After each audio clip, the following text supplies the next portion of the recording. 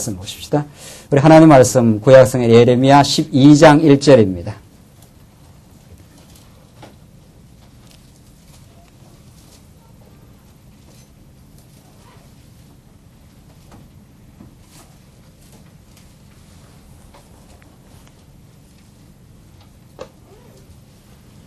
우리 하나님 말씀 구약성경 예레미야 12장 1절 말씀입니다. 차이신 줄 알고 봉독 드리겠습니다. 12장 1절입니다. 여호와여 내가 주와 쟁변할 때에는 주는 의로우시니이다. 그러나 내가 주께 질문하옵나니 악한 자의 길이 형통하며 패역한 자가 다 안락함은 무슨 연고니이까. 주께서 그들을 심으심으로 그들이 뿌리가 박히고 장성하여 열매를 맺었거늘 그들의 입은 주께 가까우나 그 마음은 머니이다. 여호와여 주께서 나를 아시고 나를 보시고 내 마음이 주를 향하여 어떠함을 감찰하시오니 양을 잡으려고 끌어냄과 같이 그들을 끌어내시되 죽일 날을 위하여 그들을 예비하옵소서. 언제까지 이 땅이 슬퍼하며 온 지방의 채소가 마르리이까. 짐승과 새들도 멸절하게 되었사오니 이는 이 땅 거민이 악하여 스스로 말하기를 그가 우리의 결국을 보지 못하리라 함이니이다. 4절까지 우선 봉독드렸습니다. 우리는 지금 예레미야 말씀 이제 뽑으심에 관한 예언 가운데 지금 재앙과 멸망에 관한 예언을 지금 공부하고 있습니다. 뽑으심. 하나님께서 범죄한 백성들을 뽑아내시는데 재앙과 멸망을 시켜버리겠다 하고는 예언입니다. 이때 재앙은 그저 부분적인 재앙이 아니라 한 국가가 파국에 이르는 철저한 재앙입니다. 철저한 재앙. 이것을 우리는 이미 모세를 통해서 하나님께서 예언적으로 언약하신 그 예언의 그 성취 사건으로 우리는 이 본문을 읽고 이것이 궁극적으로 이제 메시아에 와서 성취될 사건으로 읽습니다.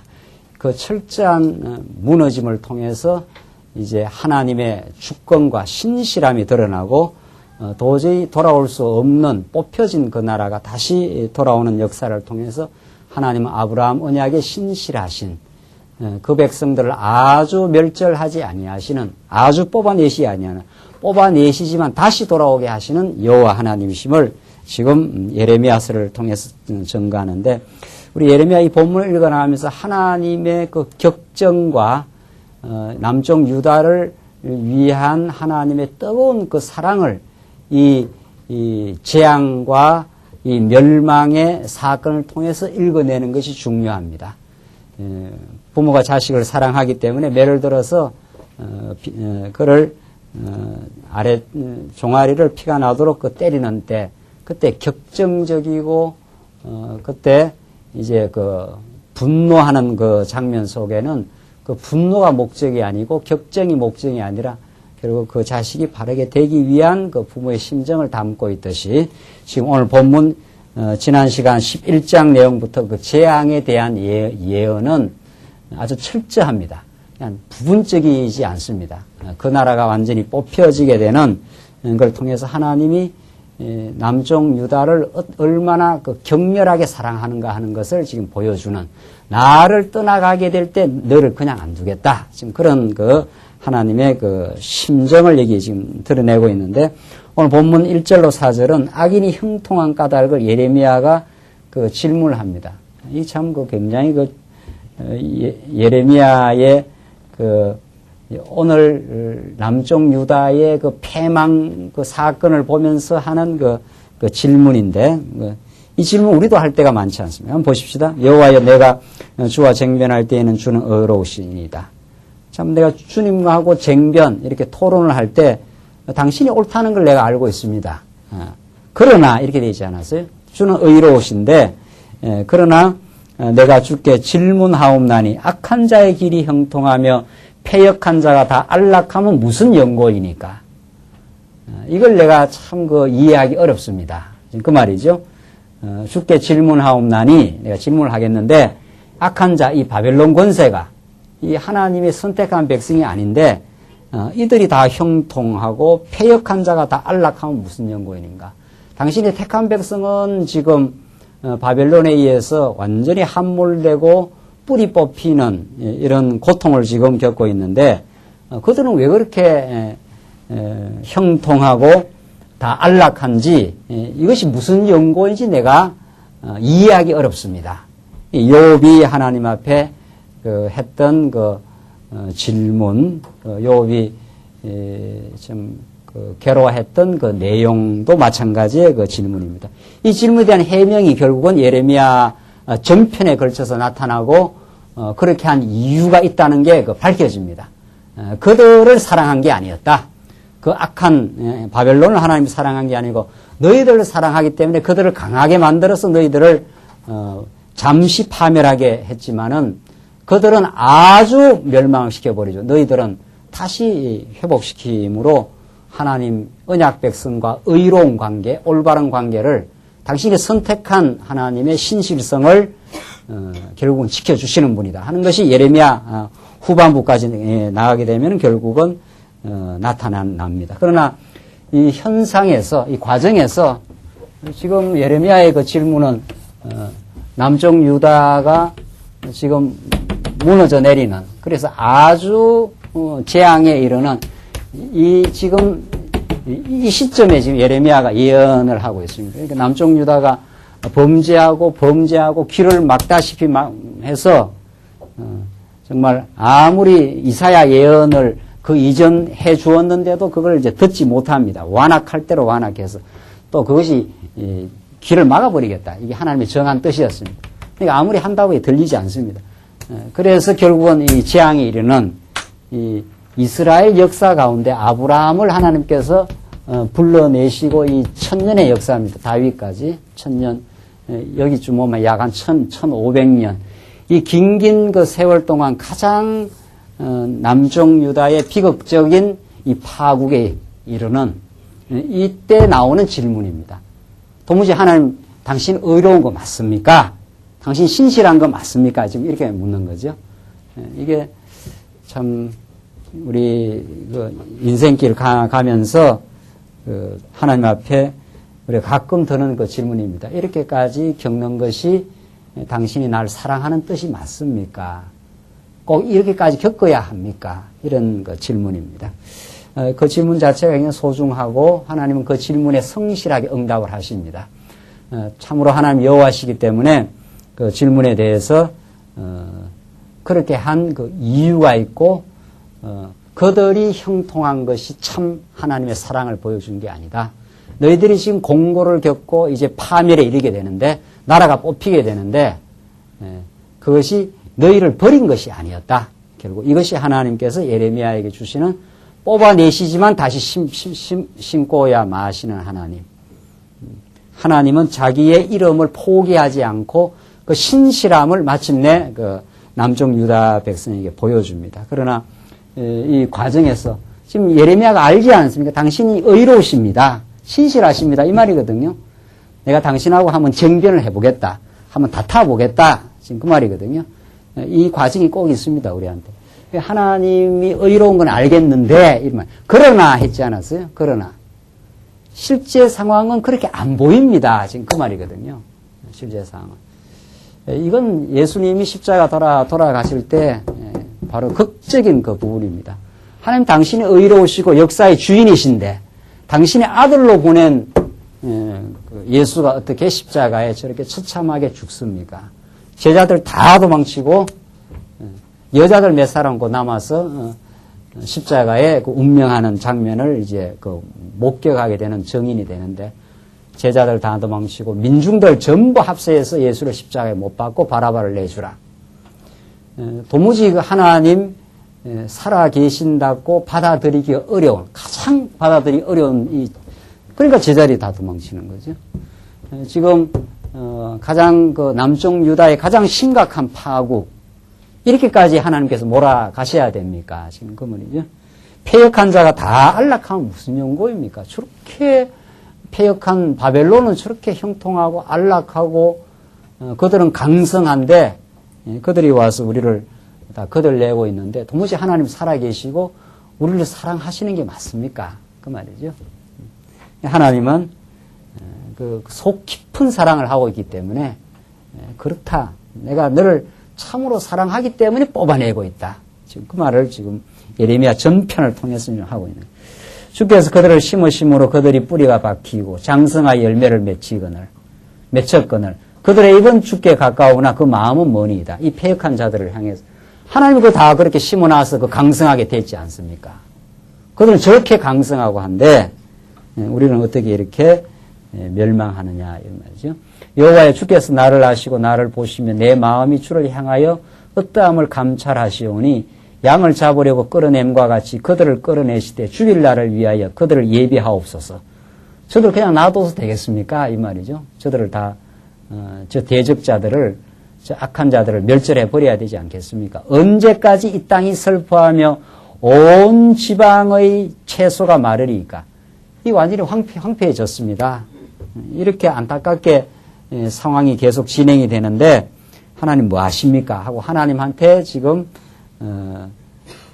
달라붙는 거죠. 짐승과 새들도 멸절하게 되었사오니 이는 이 땅 거민이 악하여 스스로 말하기를 그가 우리의 결국을 보지 못하리라 함이니이다. 이 땅이 이렇게 지금 황폐했는데 내가 참 이 이유를 알기가 어렵습니다. 이 도대체 무슨 연고로 이렇게 남쪽 유다가 멸망해야 합니까? 이 말이죠. 5절 봅시다. 이게 12장, 13장, 14장까지 가야 우선 답이 나옵니다. 14장까지.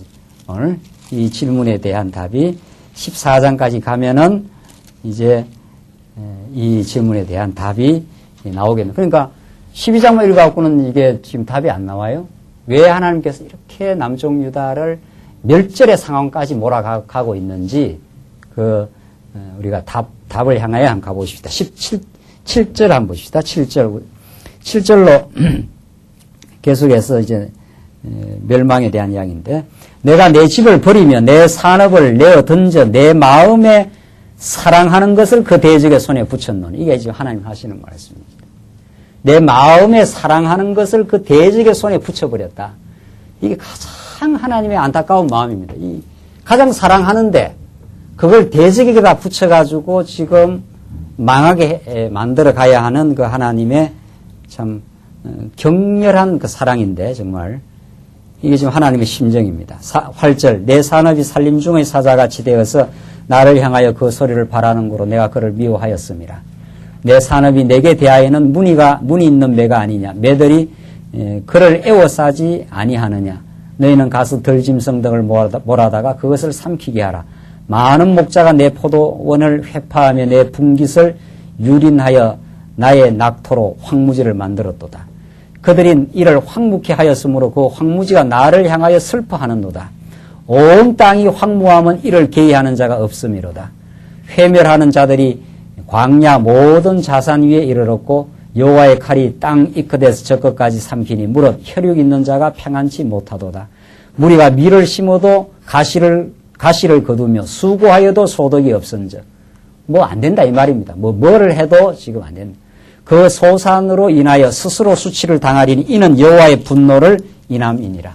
하나님이 한번 분노를 지금 작정하시고 사랑하는 자를 대적의 손에 다 갖다 붙였기 때문에 뭘 해도 안 된다 이 말입니다. 황폐하게 된다. 이렇게 남쪽 유다가 이제 황폐될 것을 지금 말하고 있습니다. 14절 봅시다. 14절로 17절 그 중에서도 이제 그런 황폐한 가운데 유대의 백성은 구원하지만 열방은 멸하실 언약입니다. 14절 보세요. 내가 내 백성 이스라엘에게 산업으로 준 산업을 다치는 나의 모든 악한 이웃에 대하여 나의 여호와가 이같이 말하노라. 14장까지 안 가도 이제 답은 나오죠. 여기 안에서도 우선 답은 나옵니다. 다시 보십시오. 14절. 내가 내 백성 이스라엘에게 산업으로 준 산업을 다치는 나의 모든 악한 이웃에 대하여 나 여호와가 이같이 말하노라. 보라, 내가 이 하나님이죠. 그들을 그 땅에서 뽑아버리겠고 유다 집은 그들 중에서 뽑아내리라. 그러니까 그 대적들, 이 남쪽 유다를 완전히 회파하는 그 악한 대적들은 내가 그들을 그 땅에서 뽑아내겠다. 이게 이제 예레미야 뒷부분에 가면은 열방에 대한 그 보수 장면이 나옵니다. 바벨론, 모압, 뭐 여러 열방들을 하나님께서 다 쳐버리겠다. 그러니까 하나님이 역사를 주장하시되 지금 남쪽 유다를 이렇게 조그마한 나라를 놔놓고 이게 바벨론인데 바벨론, 큰 바벨론, 이 주변에 애굽, 모압, 암몬, 아람, 이들이 전부 남쪽 유다를 이제 거들내는, 결국은 이제 바벨론에 의해서 완전히 이 나라를 거들내는데, 이 모든 대적들이 하나님의 주권 속에서 바벨론을 들어가지고 특히 남쪽 유다를 이제 거들내기도 하고, 그래서 나라를 완전히 뽑아내가지고 바벨론으로 데려가서 127도에 다 흩어버렸지 않았어요? 그 나라를. 그러니까 구약의 그 디아스포라 완전히 다 흩어버리겠다. 모세가 그 나라를 완전히 뽑아내가지고 다 흩어버리겠다. 그렇게 한 다음에 다시 거기에서 모아들여서 하늘가에 있을지라도 너희가 어디까지 가 있으라 하나님께서 자기 백성들을 찾으시는 하나님의 그 주권적인 새로운 보호가 나타나면은 그 백성들을 다시 이 땅으로 돌아오게 하는 그 역사. 이것이 구약의 언약 백성들을 중심으로 한 모든 이방 역사입니다. 그래서 하나님이 바벨론을 형통하고 안락하게 만들어놨다. 이들이 잘 먹고 잘 살라고 이들을 그렇게 해놓은 게 아니다. 너희들을 위해서 존재하는 자들이다 하신 그 말입니다.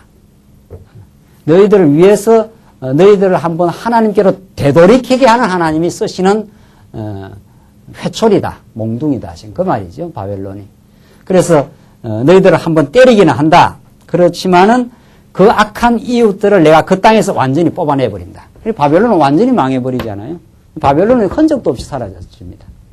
남쪽 유다는 망하는 것 같아도 안 망하고, 이들은 강한 것 같지만은 하나님께서 한번 손을 대버리면은 역사 가운데 흔적도 없이 사라지고, 바사가 그 바벨론을 대치하는 나라로, 바사 다음에 헬라가 다시 대치하는 나라로, 이런 그 제국들의 흥망성쇠가 이들을 위해서 있는 게 아니다. 요 남쪽 유다 자기 백성들을 위해서 이 나라를 세우기도 하고 무너뜨리기도 한다. 지금 하나님께서 그렇게 말씀하시는 거죠. 지금 그게 우리 이 지금 세상을 섭리하시고 지금 여러분과 저의 역사를 움직여 가시는 것도 마찬가지입니다. 하나님은 이 세상 전체 속에 하나님의 자기 백성들을 위한 하나님의 지금 섭리를 지금 모든 섭리를 지금 진행하고 있습니다. 그래서 하나님이 우리를 얼마나 사랑하시고 우리를 눈동자처럼 귀하게 보시고 우리를 위해서 우리 주변이 모든 게 다 움직여지는 겁니다. 우리 주변이 형통해지거나 우리 주변이 강해지거나 또 우리 주변이 뭐 약해지거나 하는 모든 섭리들이 결국은 하나님이 자기 택한 백성들을 위한 하나님의 배후 조정으로 지금 사용하실 뿐이라는 거죠. 그래서 결국 그걸 알고 나면은 그들의 형통을 부러워할 이유가 없다는 거죠. 그들의 형통은 망할 형통이고, 남쪽 유다가 약해지는 것은 약해지는 게 문제가 아니라 그 약해짐이 오히려 신앙을 키우는 하나님의 선한 뜻이라는 걸 지금 예레미야는 강렬하게 지금 말하고 있습니다. 내가 그들을 그 땅에서 뽑아버리겠고 유다 집은 그들 중에서 뽑아내리라. 그러니까 악한 이웃, 대적들은 완전히 뽑아내가지고 완전 멸절이죠. 멸절시켜버리고 유다 집은 그들 중에서 다시 보호를 해내겠다. 그 백성들을 너희가 건드릴 수가 없다. 그 백성들을 아주 멸망시킬 수가 없다라고 해서 유다 백성을 다시 뽑아내실 것을 지금 소망적으로 말해줍니다. 15절 봅시다. 내가 그들을 뽑아낸 후에 내가 돌이켜 그들을 긍휼히 여겨서 각 사람으로 그 산업으로 각 사람을 그 땅으로 다시 인도하리니 그들이 내 백성의 도를 부지런히 배우며 사는 여호와 내 이름으로 맹세하기를 자기들이 내 백성을 가리켜 바알로 맹세하게 한 것 같이 하면 내가 그들이 내 백성 중에 세움을 입으려니와. 이건 이제 이방을 대해서 하는 말인데 그 이방 민족이지만은 자기들이 내 백성을 가리켜 바알로 맹세한 것처럼 이방신 바알을 섬기던 것처럼 하나님을 찾고 하나님을 섬기는 그 맹세를 하게 되면은 그들이 내 백성 중에 세움을 입으려니와. 그 이방 중에서도 하나님 백성으로 포섭될 수 있는 그런 사람이다. 이제 신약의 이방인 구원을 지금 예표하는 거 아닙니까? 그래서 그들이 그리하지 아니하면 내가 반드시 그 나라를 뽑으리라. 뽑아 멸하리라. 여호와의 말이니라. 그러니까 기본적으로는 이방 대적은 다 망하는 건데 그 중에서 이제 바알을 섬기듯이 여호와 하나님을 찾는 사람이 있으면 그들을 하나님께서 보호를 하겠다. 지금 그런 내용입니다. 그러니까 아주 큰 선에서는 크게는 남쪽 유다는 망하는 것 같아도 다시 회복하는 것이고 이 바벨론이나 바사나 이렇게 강한 이스라엘 백성들의 대적들은 강한 것 같아도 더 강하신 모든 걸 주장하시는 하나님의 손아귀 속에서 남쪽 유다를 위해서 존재하는 하나님의 보조 자료다. 하나님의 자기 계시의 보조 자료로 엑스트라로 하나님께서 쓰시고 하나님의 각본 가운데 유다 백성은 언제나 그 주인공으로 자기 백성으로 단련시키고 사람을 만들고 하나님의 백성답게 하나님께서 만들어가기 위한 역사로 하나님께서 뽑아내기도 하고 하나님께서 다시 심기도 하신다. 자, 이게 지금 기본 구도입니다. 13장 봅시다. 백성이 당할 재앙을 예언하는데 뱃띠의 비유를 통해서 말한다. 뱃띠. 그 띠입니다. 띠가 이제 다 썩어가지고 다 제 역할을 못한다. 이스라엘 백성들의 교만 때문에 뱃띠가 다 썩을 것을 말하는데 1절 봅시다. 여호와께서 이같이 내게 이르시되 너는 가서 뱃띠를 싸서 배로 된 띠인데 내 허리에 띠고 물에 두지 말라 하시기로 내가 여호와의 말씀대로 띠를 싸서 내 허리에 띠니라. 여호와의 말씀이 다시 내게 임하니라. 가라사대 너는 가서 내 허리에 띈 띠를 가지고 일어나 유브라데로 가서 거기서 그것을 바위 틈에 감추라 하시기로 내가 여호와께서 내게 명하신 대로 가서 그것을 유브라데 물가에 감추니라. 여러 날 후에 여호와께서 내게 이르시되 일어나 유브라데로 가서 내가 내게 명하여 거기 감추게 한 띠를 취하라 하시기로 내가 유브라데에 가서 그 감추었던 곳을 파고 띠를 취하니 띠가 썩어서 쓸데없이 되었더라. 이 뱃띠가 썩어버리면 그 허리를 이렇게 요즘 말하면 이렇게 허리끈이나 비슷한 거죠. 그게 아무런 쓸모가 없다. 이렇게 남쪽 유다가 썩어서 이 과정적으로는 다 멸절한다는 뜻인데 18절을 봅시다. 여호와의 말씀이 내게 임하니라. 가라사대 내가 여호와가 말하노라. 내가 유다의 교만과 예루살렘의 큰 교만을 이같이 썩게 하리라. 예. 이건 아주 좋은 거죠. 교만이라는 그 질병을 다 썩여서 없애버리겠다. 지금 그 말이죠. 하나님께서 그러니까 남쪽 유다를 바벨론으로 데려가는 것은 궁극적으로 그들을 미워해서 데려가는 것이 아니라 그들을 사랑하는 백성으로 만드는 하나님의 사람으로 만드는 과정인데 그 교만이라고 하는 그 질병을 뽑아내는 하나님의 역사다. 이런 뜻이죠. 뱃띠를 다 썩혀가지고 썩게 만드는 것은 내가 유다의 교만과 남쪽 유다도 그렇고 그 유다의 그 핵심인 예루살렘의 큰 교만을 이같이 썩게 하리라. 그러니까 하나님이 우리를 때리심은 여호와의 그 신실성을 기본적으로 증명하는 거죠. 모세 언약한 대로 그대로 이루시는 거고 우리한테 이루어졌을 때는 그것이 우리 편에서 이루어졌을 때는 우리의 교만을 하나님께서 어떻게 해요? 무너뜨리시는 역사입니다. 우리가 교만하면 행복하지 않습니다. 우리가 교만하면은 마음에 감사가 없고 교만하면은 우리 이웃과의 갈등이 생기고 이 교만이라는 게 모든 우리 어리석은 우리 타락한 죄성의 우리의 뚜렷한 특징인데 하나님께서 남쪽 유다를 바벨론으로 데려가는 것은 근본적으로는 여호와임을 증명하는 것이고 우리 인생에 적용했을 때는 교만을 썩게 만들어버리는 그걸 무너뜨리게 하신 하나님의 복된 섭리라는 거죠. 그러니까 우리를 때리시는 하나님의 사랑의 뜻이 있다 이렇게 되어 있습니다. 예레미야서는. 이걸 우리가 지금 이 본문의 말씀을 통해서 깨닫고 있습니다. 10절을 봅시다. 이 악한 백성이 내 말 듣기를 거절하고 이 교만하니까 그런 거죠. 그 마음에 강팍한 대로 행하며 다른 신들을 쫓아 그를 섬기며 그에게 절하니 하나님을 섬겨야 될 남쪽 유다 백성들이 지금 딴 신들을 우상을 섬기니 그들이 이 띠에 쓸데없음 같이 되리라. 그들을 그 교만한 그들을 한번 하나님께서 쓸데없이 무너뜨리게 해버리겠다. 11절 나 여호와가 말하노라 띠가 사람의 허리에 속함같이 내가 이스라엘 온 집과 유다 온 집으로 내게 속하게 하여 그들로 내 백성이 되게 하며 내 이름과 칭예와 영광이 되게 하려 하였으나 그들이 듣지 아니하였느니라. 이게 남쪽 유다가 이 시점입니다. 하나님은 이 이스라엘 백성들을 향하는 그 사랑이 한결 같은데 이 백성들이 안 들으니까 배띠가 썩음처럼 배띠가 다 썩어서 쓸데없이 되는 것처럼 남쪽 유다를 한번 바벨론 데리고 가서 그들의 교만을 한번 무너뜨리겠다. 지금 하나님께서 지금 그렇게 말씀하십니다. 12절 봅시다. 12절 보시면은 12절로 19절은 멸망을 예언하며 교만을 버리라면서 사로잡힘을 증거합니다. 결국은 하나님께서 남쪽 유다 백성들의 교만을 뽑아내시는 하나님의 복된 뜻이라. 지금 그것이 지금 예레미야 선지서를 통해서 가르쳐주는 말씀입니다.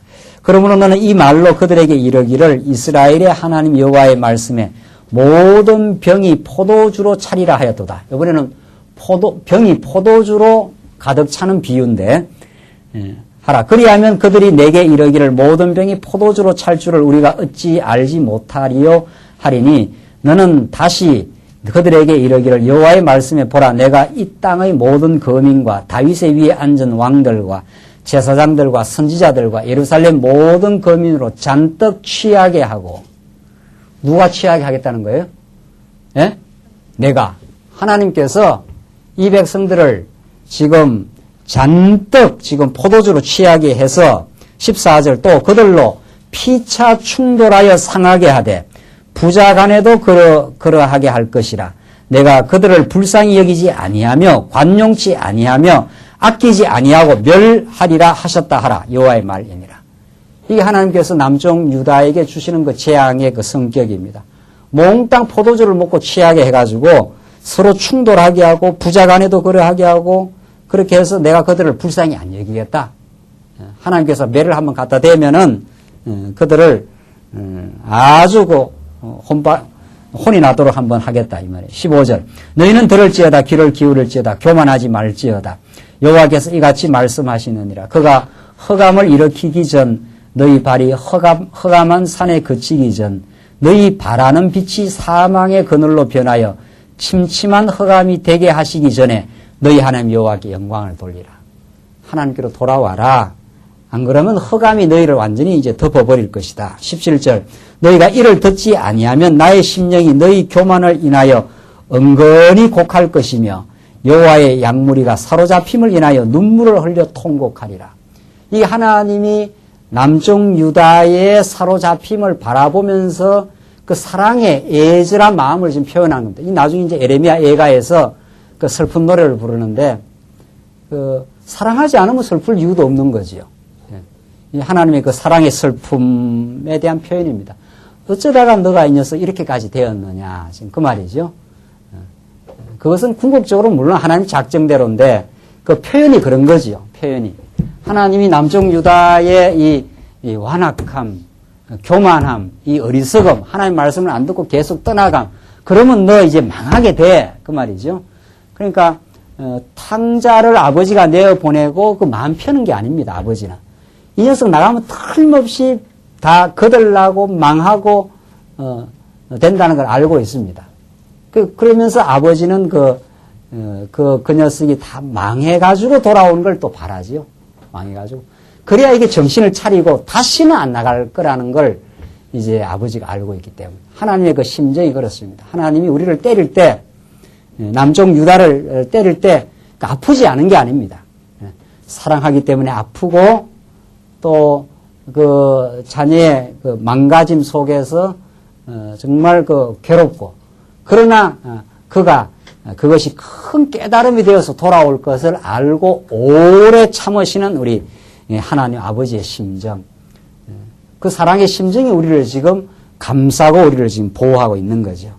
지금 하나님의 참 남쪽 유다 사랑하는 백성을 그 앞에서 그렇게 내가 사랑하는 것을 그 대적의 손에 붙이겠다.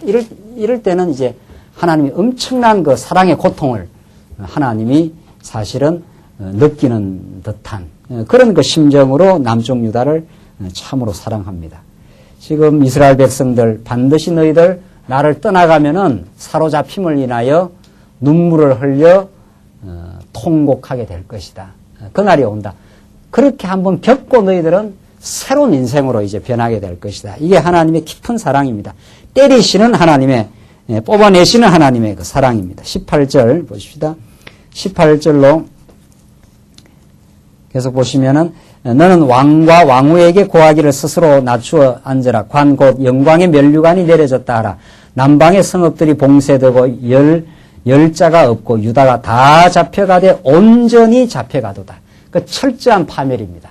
남쪽 유다를 하나님께서 한번 교육시킨다 했을 때는 온전하게 다 잡혀가도록 시드기야가 눈이 뽑히고 자식이 죽고 그 땅의 귀인들이 전부 쇠사슬로 묶여서 바빌론까지 끌려가는 그 참담한 역사를 지금 하나님께서 지금 시행하고 있는 거죠. 이걸 예레미야가 보고 지금 하나님의 뜨거운 사랑을 지금 읽어냅니다. 하나님 어떻게 이렇게까지 몰아가십니까? 지금 그 말이죠. 20절 봅시다. 20절로 27절. 수치를 당하도록 흩으신다면서 하나님께서 책망하신 말씀인데 너는 눈을 들어 북방에서 오는 자들을 보라. 내가 받았던 때 내 아름다운 양 때는 어디 있느뇨? 너의 친구 삼았던 자를 그가 내 위에 수령으로 세우실 때에는 내가 무슨 말을 하겠느냐? 너의 고통의 작품이 구로하는 여인 같지 않겠는가? 구로한다. 이 자식을 낳아서 기르는 수고인데 그 얼마나 힘드는 일이냐 이 말이죠. 22절. 내가 심중에 이르기를 어찌하여 이런 일이 내게 임하였는고 하겠으나. 나오잖아요. 어떻게 하다가 이런 일이 우리한테 일어났느뇨? 이렇게 심중에 이르기를 어찌하여 이런 일이 내게 임하였는고. 이런 일이 우리 인생에 있다는 거죠. 남쪽 유다 백성에게 있었습니다. 자, 그런데 그 해명이 나옵니다. 그 해명이 뭡니까? 내 죄악이 크므로 내 치마가 들리고 내 발 뒤꿈치가 상함이니라. 그 직접적인 원인은 내 죄악이 크기 때문에 그렇다. 그래서 내 치마가 들린다. 수치를 당한다. 이런 뜻입니다. 내 발 뒤꿈치가 상함이니라. 23절을 봅시다. 후수인이 그 피부를 표범이 그 반점을 변할 수 있느뇨. 이 예레미야가 그 인생의 죄악의 그 뿌리를 지금 거론하는 그 비유하는 장면인데 후수인은 그 흑인 아닙니까? 흑인이 그 피부를 표범이 그 반점을 변할 수 있느뇨? 변할 수 없다 이 말이죠. 흑인이 뭐 어떻게 자기 그 까만 피부를 그 변하게 할 수 없다는 거죠. 표범이 그 반점을 어떻게 변할 도리가 없다는. 반점은 그 타고날 때부터 그 반점을 타고났기 때문에 그걸 뭐 씻어갖고 예레미야 앞부분에서 뭐 비누로 그걸 씻어내겠는가 이렇게 비유했듯이 그걸 변할 수 없다는 거죠. 할 수 있을진데 만약에 이제 이건 이제 가상입니다. 할 수 있다고 생각한다면 할 수 있을진데 악에 익숙한 너희도 선을 행할 수 있으리라. 이 무슨 말입니까? 그럽니까? 예? 할 수 있단 말입니까? 없단 말입니까? 예, 구수인이 자기 피부색을 못 변하고 하고 표범이 반점을 변하게 할 수 있느냐? 그럼 못한다는 거죠. 예. 만약에 할 수 있을진데 악에 익숙한 너희도 선을 행할 수 있으리라. 만약에 표범이 반점을 이렇게 바꿔낼 수 있다면은 그렇다면 악에 익숙한 너희가 선을 행할 수 있다. 너희들은 선 못 행하는 하나님 떠난 새카만 죄인이다. 그거 깨달으라고 지금 하나님께 때렸다. 지금 그 말입니다. 결국은. 이제 그게 조금 더 뒤에 가면 이제 나옵니다. 그러니까 하나님께서 우리 인생길에 어떤 일을 겪게 하는 것은 우리는 이런 탓도 하고 저런 탓도 하고 왜 이러냐 저러냐 하다가 결국은 하나님과의 관계 속에 우리는 마지막 그 자리에 들어가게 되고 하나님 앞에서 나의 어리석음이 폭로되고 그것이 깨달아지면서 모든 게 정리가 됩니다. 그것이 인정되면서 또 그걸 통해서 하나님은 우리를 그 모든 죄악을 감싸시고 덮으시고 예수 안에서 그의 피로 우리를 사랑하시는 그 사랑으로 우리가 이제 귀결돼. 그걸 못 깨닫기 때문에 하나님께서 이제 때리기도 하고 어려움도 주시기도 하고 남쪽 유다를 지금 바벨론으로 데려가는 이 지금 슬픔의 역사를 하나님께서 그 인도해 내시고 하나님 앞에 자복하고 하나님 앞에 두 손 들게 하심. 이게 하나님께서 지금 남쪽 유다를 섭리해 가시는 하나님의 사랑의 섭리입니다. 결국 하나님은 자기에게로 오라. 너가 너 스스로를 구원할 수 없지 않느냐. 지금 그 말이거든요.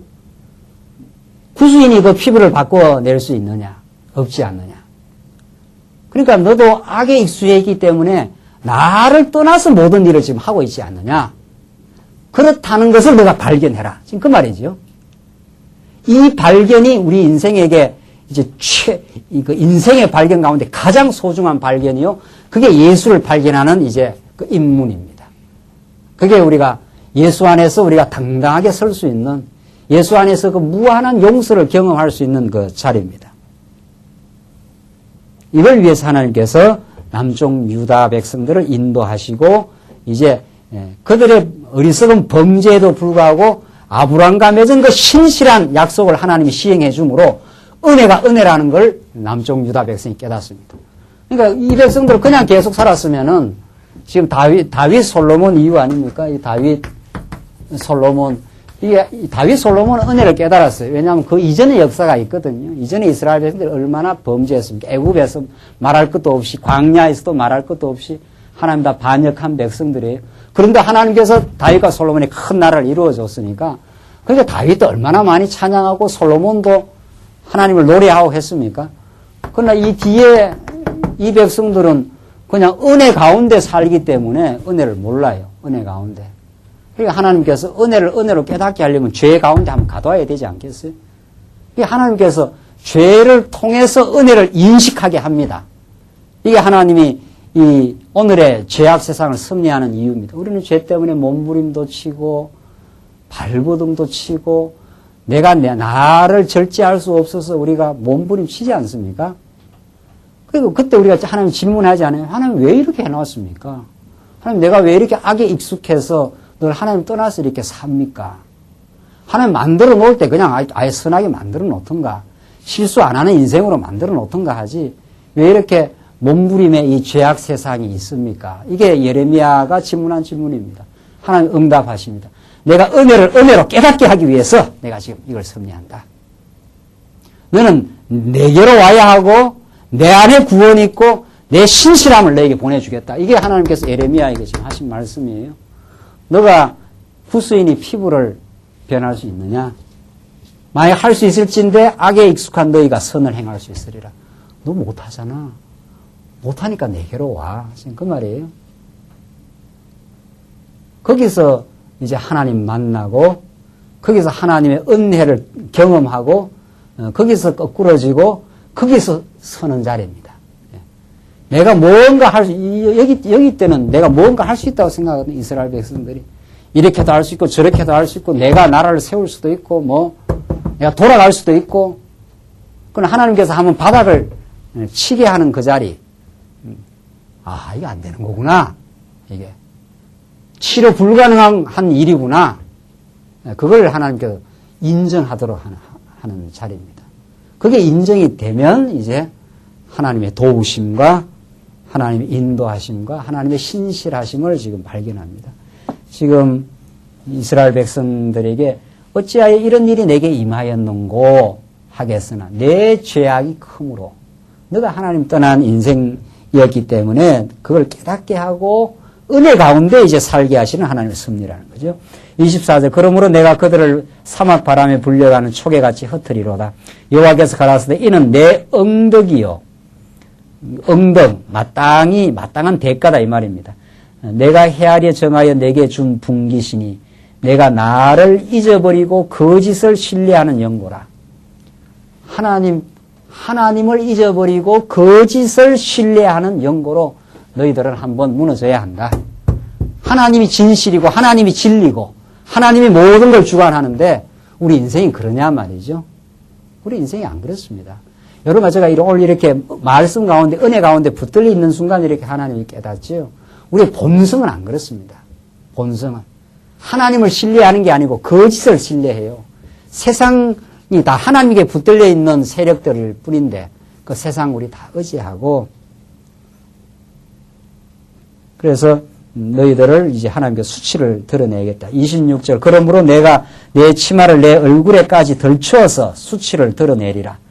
얼마나 표현이 재미있습니까?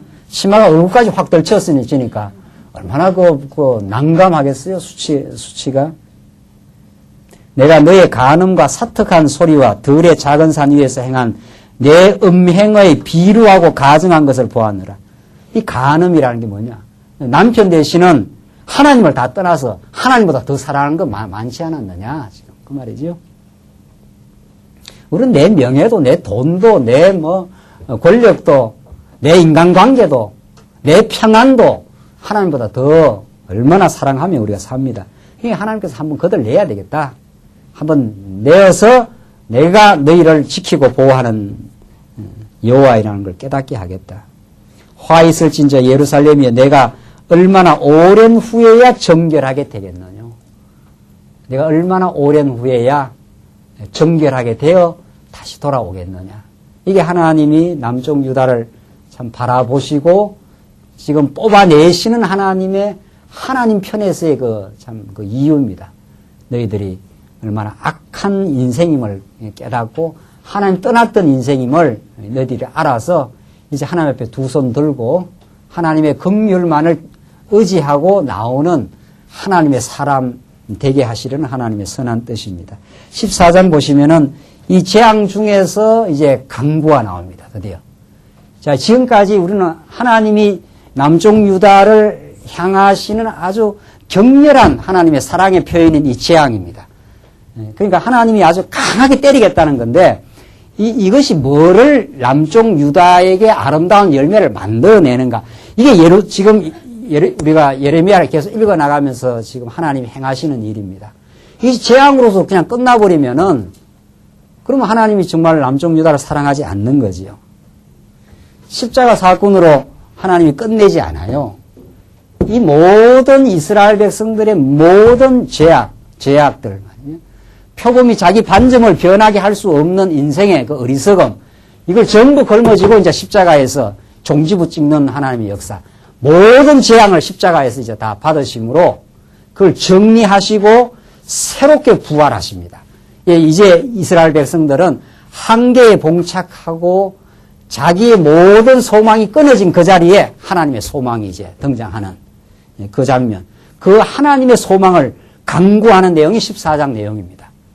재앙을 겪고 나서야 우리 인생은 강구하고 기도하게 되어 있습니다. 이게 하나님의 남쪽 유다를 사랑하시는 장면입니다. 그러니까 이게 왜 하나님이 이렇게까지 재앙을 겪어야 됩니까? 여기까지 안 겪고 하나님이 우리를 보호하면 되지 않습니까? 이게 우리의 질문이라는 거 아니에요? 그 하나님은 그게 아니에요. 너를 내가 너무도 잘 알고 있고 또 하나님이 작정하신 뜻이 그렇다. 그걸 겪고 나야 너의 무능함과 죄악을 알고 하나님의 전능함과 신실함을 붙들게 된다. 이게 하나님께서 어디까지 몰고 가는, 어디까지 인간적으로 말할 때 참담한 재앙까지 몰고 가는 하나님의 선한. 여기서 이제 하나님의 뜻을 발견하면 우리 인생은 이제 여호와 앞에 서는 겁니다. 이게 지금 남쪽 유다를 향한 뜻인데 어떻게 예레미야가 이 재앙 중에 무엇을 붙들고 강구하는가 보십시오. 14장 1절 가뭄에 대하여 예레미야에게 임한 여호와의 말씀이라. 유다가 슬퍼하며 성문의 무리가 곤비하여 땅에 앉아 애통하니. 이 다 무너졌으니까 곤비하다, 완전히 피곤에 쌓여 있다. 땅에 앉아 애통하니 예루살렘의 부러지점이 위에 오르도다. 이게 예루살렘의 탄성입니다. 하나님 어찌 이런 일이 생겼습니까? 우리가 더 무너질 자리 없이까지 무너졌습니다. 그 말이죠. 3절 귀인들은 자기 사환들을 보내어 물을 길어라 하나 그들이 우물에 가서도 물을 얻지 못하여 빈 그릇으로 돌아오니 부끄럽고 근심하여 그 머리를 가리우며. 가뭄이니까 물이 지금 목에 타니까 귀인들, 좀 귀족들이죠. 자기 종들을 보내 물 좀 떠오라 이 말이죠. 근데 물을 떠올 수가 있나요? 가뭄인데. 하나님이 가뭄으로 만들어 버렸는데. 그러니까 인간 방법을 아무리 써도 해결이 안 된다 지금 그 말이죠. 4절 땅에 비가 없어 지면이 갈라지니 그 논밭이 쫙쫙 갈라졌을 때 가뭄. 살 길이 없는 거죠. 밭 가는 자가 부끄러워서 그 머리를 가리는도다. 이 밭 가는 자가 어떻게 할 도리가 없는 거죠. 땅이 다 갈라져 버리니까 비가 안 와서. 덜의 암사슴은 새끼를 낳아도 풀이 없으므로 내어버리며. 자, 덜의 암사슴이 새끼를 낳았어요. 새끼를 낳으면은 먹이가 있어야 그 새끼를 키울 거 아니냐 이 말이죠. 근데 풀이 없으므로 새끼를 낳아가지고 어떻게 해요? 내어버리며. 참, 이게 정말 아주 참담한 상황까지 간 거죠. 6절, 들나귀들은 자산 위에 서서 실랑같이 헐떡이며 풀이 없으므로 눈이 아득하여 하는도다. 이게 하나님께서 우리 영혼을 단련시키는 장면입니다. 눈이 아득하여, 야, 이거 이러면 죽는 거구나. 지금 그 말이죠. 근데 그 죽는 거구나. 그 자리가 이제 사는 자리라는 이 놀라운 역설. 이게 하나님께서 우리 언약 백성을 정말 교육시키고 사랑하는 인간적으로 볼 때 혹독한 자리입니다. 이게. 이 역사를 그치지 않는 사람은 없습니다. 자기 백성 치고. 하나님이 자기 택한 백성 치고, 왜 우리 집사님, 우리 권사님에게 또 이렇게 병을 줘가지고 수술을 또 뭐 해야 되느냐, 어떻게 되는 동 말이죠. 이런 일이 왜 생기느냐 말이죠. 우리 인간적으로 생각하면은. 그런 일 좀 안 생기고 그냥 뭐 예수 안 믿는 사람도 70, 80까지 헬스클럽 가서 건강한 사람들 많지 않아요? 그 사람도 많아요. 건강하게 살다가 죽는 사람들도. 우리 예수 믿는 사람들 하나님께서 좀 건강하게 해가지고 말이죠. 암 같은 거 안 걸리고 말이죠. 더 그렇게 살면 얼마나 좋겠어요?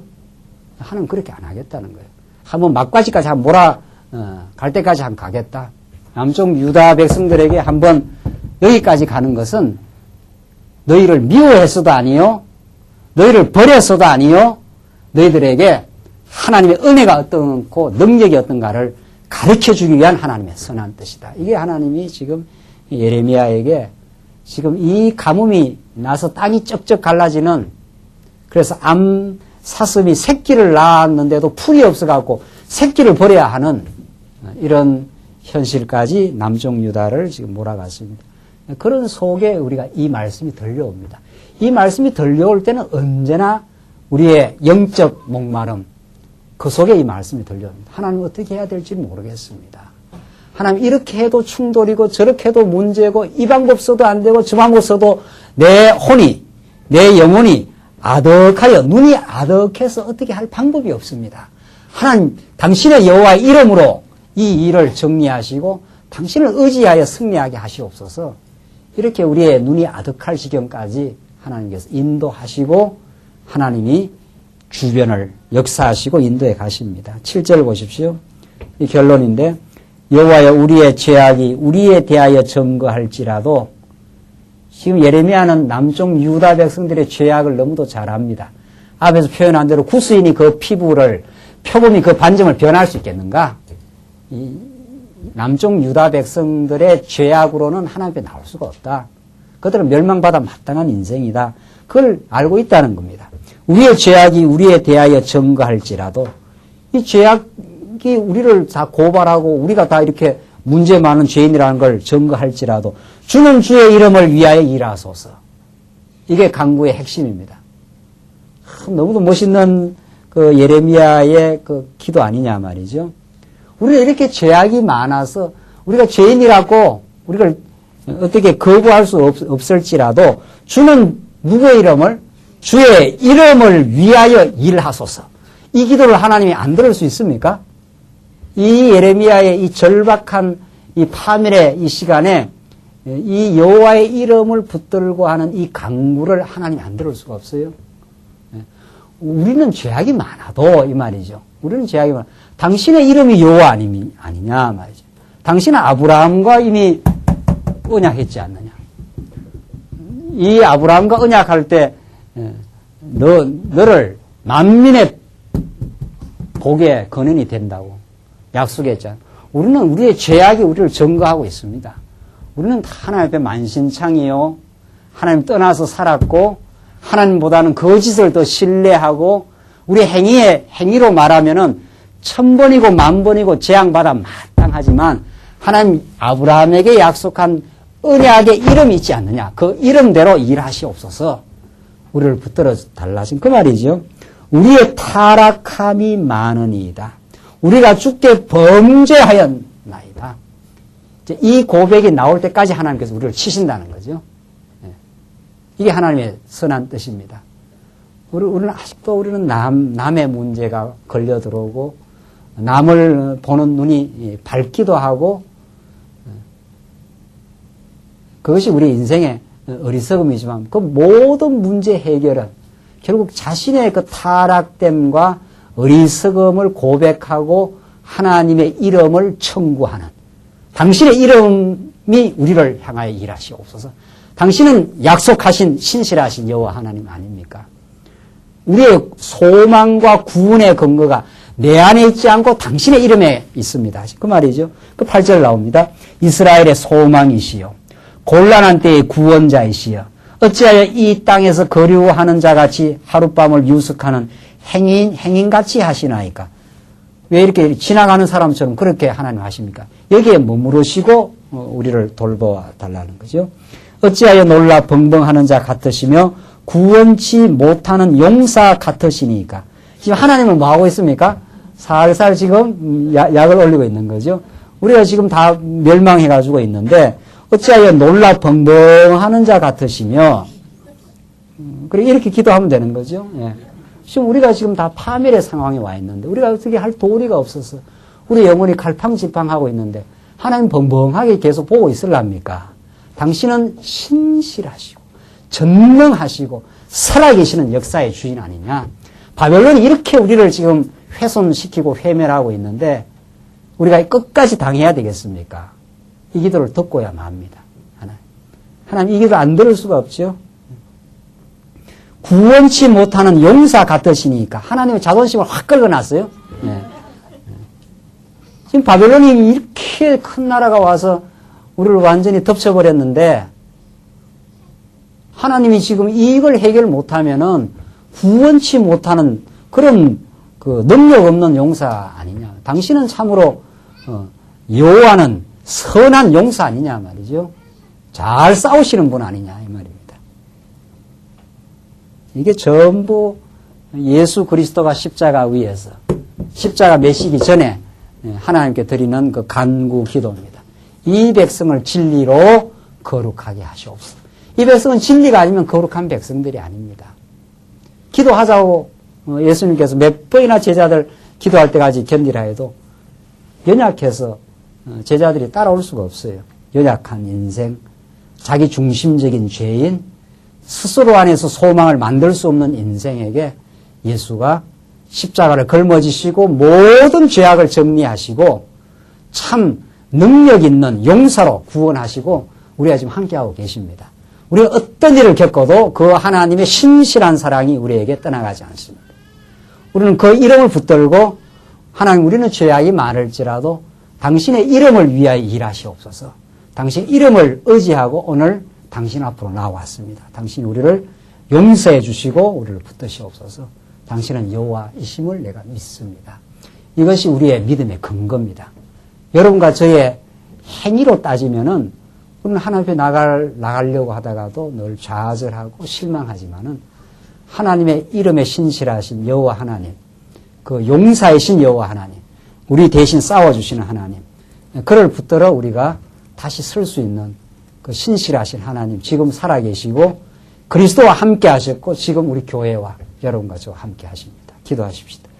우리 자비하신 하나님 아버지, 은혜와 사랑을 감사합니다. 남쪽 유다 백성이 파멸의 국면에서 예레미야가 하나님의 이름을 붙들고 기도하며 그 기도가 마침내 70년 만에 응답되어 남쪽 유다가 다시 회복하는 그 기적 같은 역사를 우리가 예레미야 말씀을 통해서 확인하고 있습니다. 주께서 지금도 살아계셔서 예수 안에 우리를 묶어 놓으시고 우리를 떠나가지 못하도록 우리를 때로는 때리시지만 때로는 싸매 가시는 하나님의 섭리 가운데를 두심을 참으로 감사합니다. 그때마다 우리의 교만과 어리석음이 하나하나 무너지게 하시고 주를 인정하는 참 믿음의 사람 되게 하시옵소서. 예수님 이름으로 기도하옵나이다. 아멘.